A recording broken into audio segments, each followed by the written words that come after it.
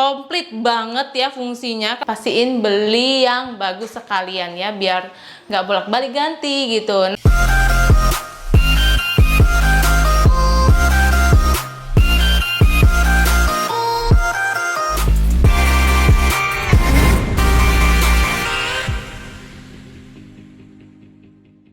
Hai semuanya, welcome back to Awita Life Channel. Aku Yunita, dan di video kali ini aku mau sharing 4 perlengkapan dapur yang harganya lumayan mahal tapi worth it untuk dibeli ya.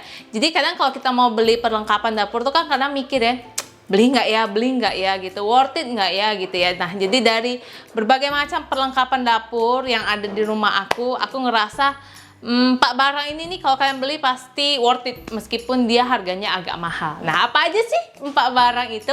Langsung aja aku bahas satu persatu. So, yang pertama itu adalah blender ya. Jadi mungkin dari kalian udah banyak yang punya blender, tapi masih ada beberapa yang mikir nih mau beli blender atau enggak ya gitu.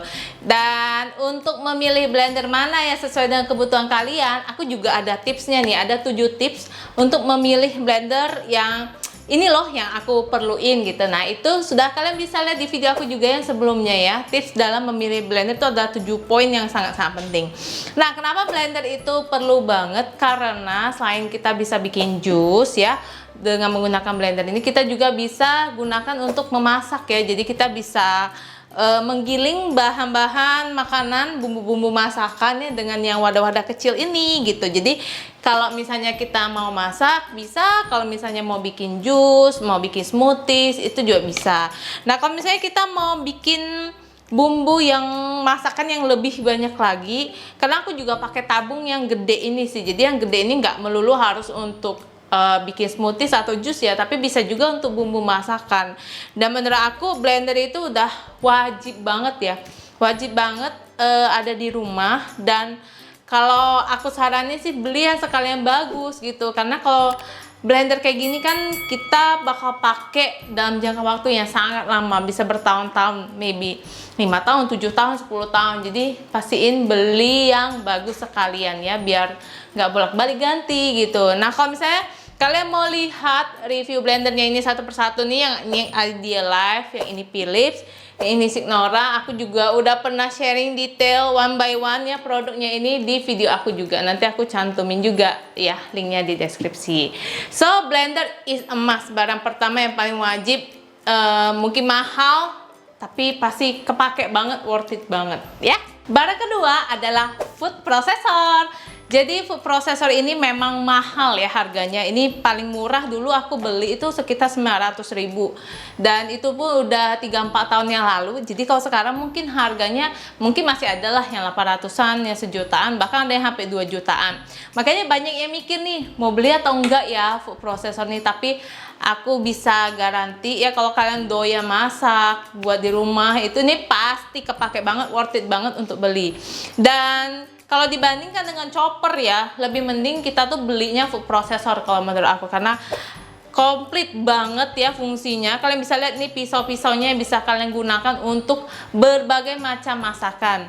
Dan aku sendiri udah membahas banyak banget tentang food processor ini, dimulai dari video aku tentang chopper versus food processor, mendingan beli yang mana. Itu aku detail kasih tahu kelebihan kekurangan chopper dan food processor ya.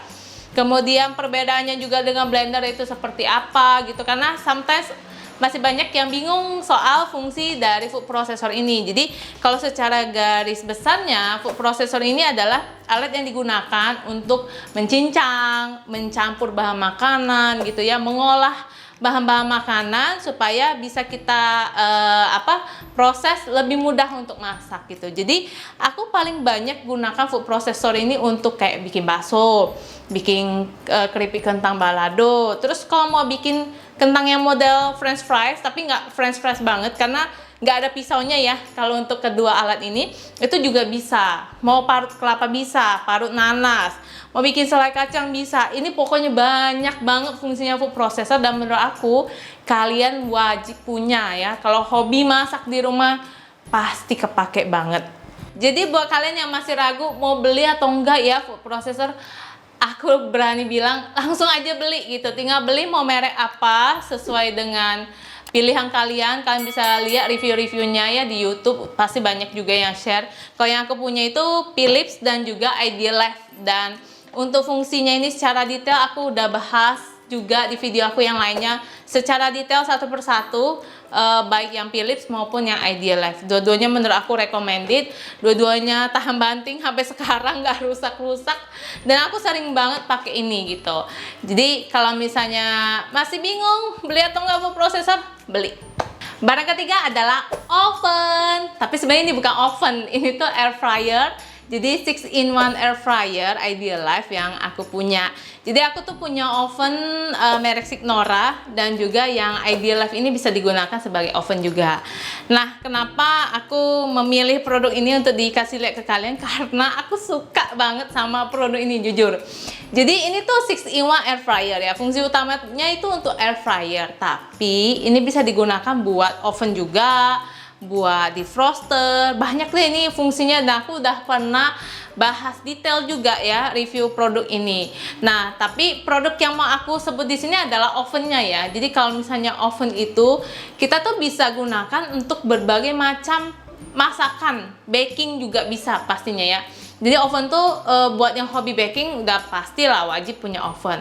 Terus kalau misalnya kita suka bikin kayak ayam panggang gitu ya, which is aku suka banget bikin chicken wings, itu bisa banget pakai oven kayak gitu ya. Dan kalau yang ini 6-in-1 air fryer ini yang aku gunakan sebagai oven tuh juga bisa bikin cookies gitu loh. Jadi ini tuh kepake banget. Dan selain untuk baking, masak, aku juga sering banget menghangatkan makanan aku dengan menggunakan air fryer ini gitu. Jadi karena aku di rumah nggak punya microwave ya, dan ada beberapa makanan yang kalau misalnya kita hangetin itu lebih enak kayak pakai microwave gitu loh. Jadi aku gunakan aja air fryer ini untuk ngangetin makanan, dan dia nggak nambahin apa ya, berbagai macam tekstur yang mengubah rasa makanan yang kita angetin itu gitu loh.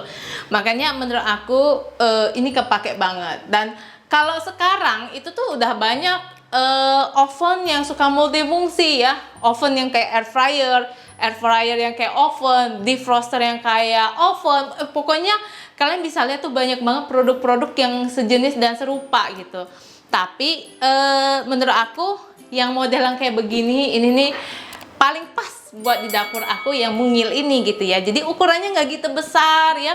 Kalau misalnya aku pun baking, itu kan paling buat keluarga kecil aku lah ya gitu. Jadi satu yang kecil ini udah cukup gitu. Kalau misalnya yang oven satu lagi punya aku Signora tuh gede banget.